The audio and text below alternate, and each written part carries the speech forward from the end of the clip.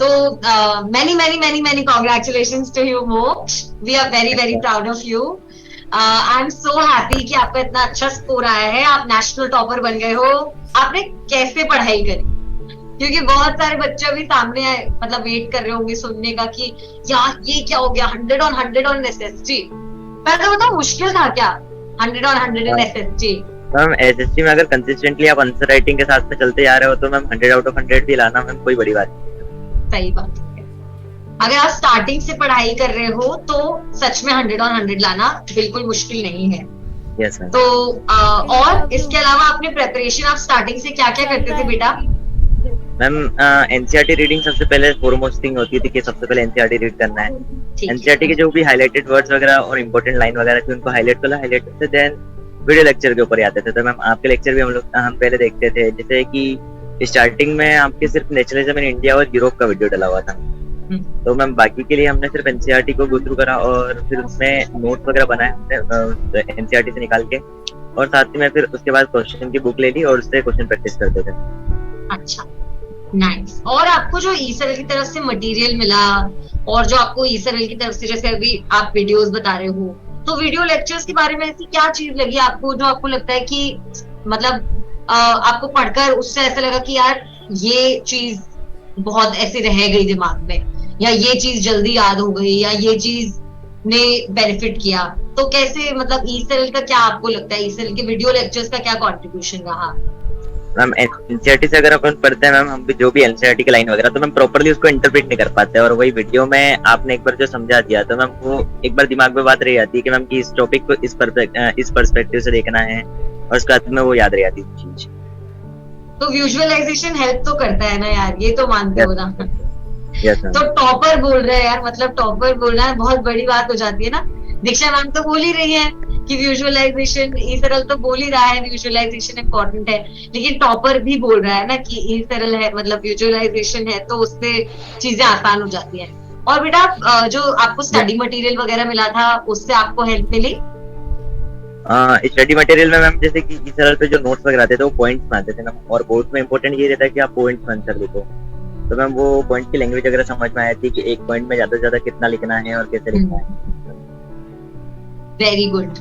और बेटा उसके अलावा आपने, आपका कैसा रहा, जो आपने याद है लास्ट में अपन लोगों ने एसएमआर और ये सब कुछ किया था, एंड गेम और ये सब रिवीजन किया था, तो आपको रिवीजन से कुछ मदद मिली? मैम रिवीजन का ये था कि मोस्टली मैम हमने क्लास तो ड्रॉप करी थी, क्योंकि मैम रिवीजन का एक बढ़िया सा एक मोटिव रहता है कि आप एनसीईआरटी को वापस से पढ़ लो, या फिर आपने जो नोट्स वगैरह साल भर बनाए हैं तो उसको एक बार गो थ्रू कर लो, तो उससे आपका प्रॉपर रिवीजन हो जाएगा। तो आपने पास अपने नोट्स थे ऑलरेडी? यस मैम, हमारे खुद की नोट्स हैं।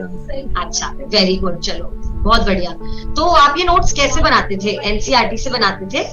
मैम आपके वीडियो लेक्चर में जो स्लाइड वगैरह आती थी तो स्लाइड को मैम पॉज करके कभी कभी नोट्स लिख लेते थे, क्योंकि एनसीईआरटी की लैंग्वेज में बहुत ज्यादा कॉम्प्लिकेटेड है, तो आप उसको सिंप्लीफाई करके नोट्स वगैरह बना के देते थे स्लाइड पे, तो मैम वो नोट डाउन कर लेते थे। चलो ये तो बहुत अच्छी बात है यार, अच्छा लगा सुनकर कि जो मेहनत जाती है, क्योंकि बेटा बहुत बड़ी टीम आपके इस चीज को सिंप्लीफाई करने के प्रोसेस में लगी रहती है। तो अच्छा लगा, मैं सारी टीम को बहुत ज्यादा कॉन्ग्रेचुलेट करूंगी इस बात के लिए कि आपके लिए बेनिफिशियल रहा। और बताओ आपकी प्रिपरेशन में आप और क्या क्या करते थे? हिस्ट्री कैसे पढ़ते थे या ज्योग्राफी कैसे पढ़ते थे ऐसे स्पेसिफिकली? मैम हिस्ट्री के लिए ये था कि मैम हिस्ट्री को एकदम फ्लो में पढ़ो मैम, डेट्स वगैरह अपने आप याद रह जाएगी। हिस्ट्री को एकदम फील करके पढ़ोगे आप लोग कि मतलब इस टाइम पे ये हुआ था, इस टाइम पे वो हुआ था, तो उस टाइम पे मतलब उस टाइम पीरियड में अंदर घुसने की कोशिश करो, यानी कि अपना माइंडसेट उस टाइम के हिसाब से लेके जाओ, तो आप हिस्ट्री को अच्छे से याद रख पाओगे।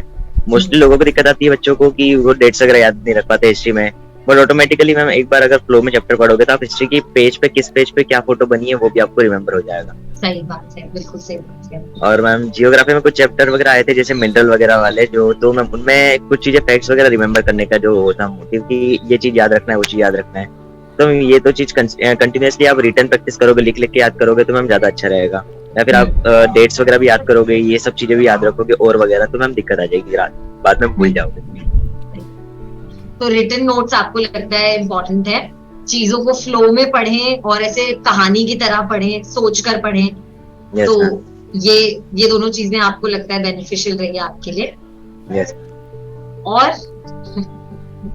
और मैम सिविक्स में ये है कि सिविक्स में जो भी पॉलिटिक्स इशू वगैरह रहते हैं, जैसे पॉलिटिकल पार्टी एक सबसे मेन चैप्टर था, तो मैम पॉलिटिक्स को एकदम रियलिटी से, मतलब कि अभी प्रेजेंट की रियलिटी से अगर आप रिलेट करके पढ़ोगे तो मैम वो आपको डेफिनेशन जो सिविक्स में कभी कभी ज्यादा कॉम्प्लिकेटेड हो जाती है, जैसे कि फैमिली, इंटरनल फैमिली इश्यूज को आप अगर कांग्रेस से रिलेट कर लोगे तो आपको काफी अच्छे से समझ में आ जाएगा वो चीज।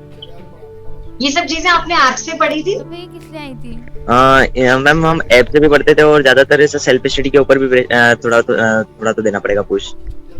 सही बात है। तो आपका एक्सपीरियंस कैसा रहा बेटा विद ई सरल? मैम ई सरल से यह होती है कि मैम आप बाकी सब एजुकेशन प्लेटफॉर्म पे देखोगे तो मैम आपको मल्टीपल थिंग्स वगैरह दिख जाती है, पर ई सरल पे ऐसा है कि प्रॉपर मेंटर वगैरह जो भी, जैसे पूजा में हमारे मेंटर थे तो वो कंटिन्यूअसली डेली फोन लगा के पूछ भी लेते थे कि आपने आज कितनी देर पढ़ाई करी। तो प्रॉपर मेंटरशिप का देखा जाए तो ई सरल इज बेस्ट। तो आपको कंसिस्टेंसी ऑफ टीचर और मेंटरशिप डिपार्टमेंट बहुत अच्छा लगा। These are two things that stood out for you. Okay, great. और बेटा आपका पर्सनल एक्सपीरियंस कैसा रहा? आपके बाकी सारे एग्जाम्स में कैसे आए मार्क्स, और बाकी सब में कैसे आपको लगता है आप अच्छे से स्कोर वगैरह कर पाए? कोई और स्ट्रैटेजी देना चाहोगे, कोई और सजेशन देना चाहोगे अपने जूनियर्स को? सजेशन टाइप तो ये है कि मैम आप कंसिस्टेंटली अगर चलते आ रहे हो तो आपको मतलब ज्यादा बेनिफिशियल रहेगा। बच्चे ज्यादा ट्राई करते हैं कि बने हुए नोट्स, रेडीमेड नोट्स किसी से ले लें, तो ये सही नहीं है उनके लिए, क्योंकि नोट्स खुद से बनाओगे तो वो चीज याद रह जाएगी। और बोर्ड्स में आंसर राइटिंग का ये रहता है कि मैम सबसे पहले इंट्रोडक्शन लिखने के बाद 5 पॉइंट्स और देन कंक्लूजन, तो ये चीज आंसर राइटिंग के बिना बिल्कुल नहीं आ सकती, प्रैक्टिस के बिना बिल्कुल नहीं आएगी। तो कंटिन्यूअसली अगर आप प्रैक्टिस करोगे तो सोशल साइंस में आप आंसर काफी कम में, मतलब कि ज्यादा कम कंसाइज करके आंसर को लिख सकते हो। और बाकी अगर आप मतलब किसी में आंसर को ज्यादा इंप्रेसिव बनाना चाहते हो तो लाइक फ्लो चार्ट वगैरह बना सकते हो। जैसे रेन वाटर हार्वेस्टिंग के ऊपर क्वेश्चन आता है तो आप रूट ऑफ हार्वेस्टिंग की डायग्राम वगैरह बना सकते हो। तो इस टाइप से कॉपी को आपको सजाना है जिसकी वजह से मैम लाइक टीचर इंप्रेस होकर भी आपको मार्क्स दे सकता है एसएसटी में। सही बात है। पहले ना ऐसे स्टीरियोटाइप होता था कि गुड हैंडराइटिंग रखोगे ना तो एसएसटी और इंग्लिश में मार्क्स मिल जाएंगे। अभी वो चीज नहीं है। अभी जो आपने पॉइंट्स बताया ना बेटा, जो अपन वैसे डिस्कस करते हैं, आपने अगर और भी वीडियोस देखे हैं तो हम ना इस पे यूट्यूब पर भी बताते हैं आंसर राइटिंग कैसे करते हैं। आपको इन ऐप पर भी बहुत सारे वो मतलब हैं, इस पे सारे वीडियोस वगैरह बने हुए हैं कि ये जो concise, starting, introduction, conclusion points, सब चीजें ये बहुत रेलेवेंट चीज है। मतलब ये क्या होता है कि जब स्टार्टिंग में टीचर बोल रहा होता है ना तो लगता है कि यार तो ऐसे ही बोल रहे हैं, पर जब आप एक्चुअली कर रहे होते हो ना उन सब चीजों को और उसका रिजल्ट आता है तब समझ में आता है हाँ यार ये बेनिफिशियल था एक्चुअली। तो कंसिस्टेंसी इज द की। और आपका एक्सपीरियंस अच्छा रहा सब कुछ के साथ।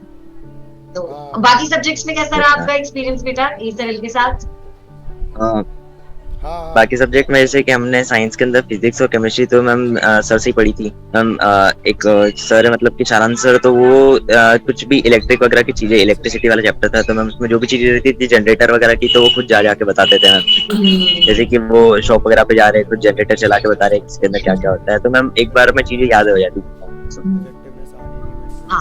सारांश सर तो बहुत अच्छा पढ़ाते हैं। मतलब मैं ना साइंस में बहुत वीक थी, मैं उस दिन सारांश सर का एक वीडियो देख रही थी ईयर का, और मतलब मुझे याद हो गया कि ईयर कैसे फंक्शन करता है, वो सिर्फ उनके विजुअलाइजेशन की वजह से। तो बहुत बेनिफिशियल होता है। मतलब मुझे अब मैं पढ़ा सकती हूँ ईयर क्या होता है, तो बहुत इम्पैक्ट पड़ता है। मुझे लगता है कि ना हम काफी सीखते हैं विजुअलाइजेशन से और वैसे। उसके अलावा बाकी सब्जेक्ट्स कैसे रहे आपके? यस मैम, साइंस और सोशल साइंस सबसे बेस्ट रहे हैं। और बाकी मैम मैथ्स में थोड़ी एग्जाम टाइम में दिक्कत आ गई थी पेपर में, बाकी मैम मैथ्स तो ऑल द ईयर मैम काफी ज्यादा बढ़िया रहा था मैम। सर की वीडियो से मैम आज हमने भी मैथ्स लिया है मैम, 11th में हमारी स्ट्रीम मैथ्स वाली चूज करी है, तो ma'am maths was all right. Very good, very good. Yes ma'am, 10th की एग्जाम में ज्यादा कंट्रीब्यूशन टीचर करता है तो मैम हमने कोई ऑफलाइन कोचिंग वगैरह भी ज्वाइन नहीं करी थी मैम, आपके वीडियो से पढ़ रहे थे मैम और नोट्स वगैरह भी आपकी स्लाइड से ही लिए थे मैम। तो your contribution is at the next level ma'am. Thank you so much बेटा, thank you so much. Very very humbled and grounded. And मैं हमेशा मानती हूँ कि आपकी जो पढ़ाई और आपकी जो मेहनत है वो बहुत इंपॉर्टेंट है। तो थैंक यू सो मच कि आपने विजन को समझा और साथ में मेहनत की, अच्छे से मेहनत की, और आपने इतना ब्रिलियंट सा रिजल्ट दिया, एक ट्रेंड सेटर बने आप।